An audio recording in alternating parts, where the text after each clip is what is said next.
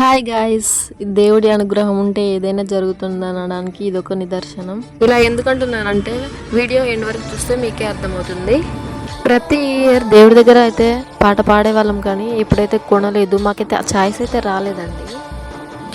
ఇప్పుడు ఇదంతా ఎందుకు చెప్తున్నానంటే 120 కిలోమీటర్స్ లాంగ్ డిస్టెన్స్లో లడ్డు మా అత్తయ్య వాళ్ళు ఉంటారు, వాళ్ళైతే లడ్డు కొన్నారని మేమైతే నర్సంపేట నుండి అయితే వెళ్ళాము. అక్కడికైతే ఎప్పుడు కొనలేదని ఫీల్ అయ్యే వాళ్ళం, కానీ ఈసారి ఫుల్ ఖుషి. ఎందుకంటే మా అత్తయ్య వాళ్ళు మా కోరిక నెరవేర్చారు. అంతేకాకుండా మేము వచ్చే వరకు వెయిట్ చేసి 2-3 డేస్ ఆగి అయినా మా కోసం వెయిట్ చేసి మేము వచ్చాక మాతోటి అయితే ఓపెన్ చేయించారు ఆ లడ్డు. అదైతే ఇంకా ఫుల్ హ్యాపీ మాకైతే.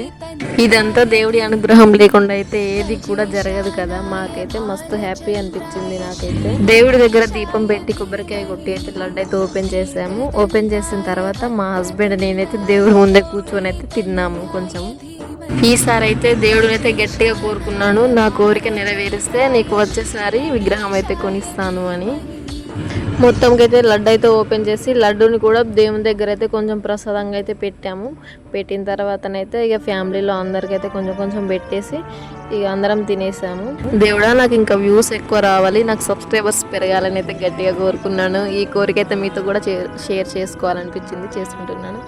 ఎవరైతే ఇంకా సబ్స్క్రైబ్ చేసుకోలేదో సబ్స్క్రైబ్ చేసుకోండి. Bye bye.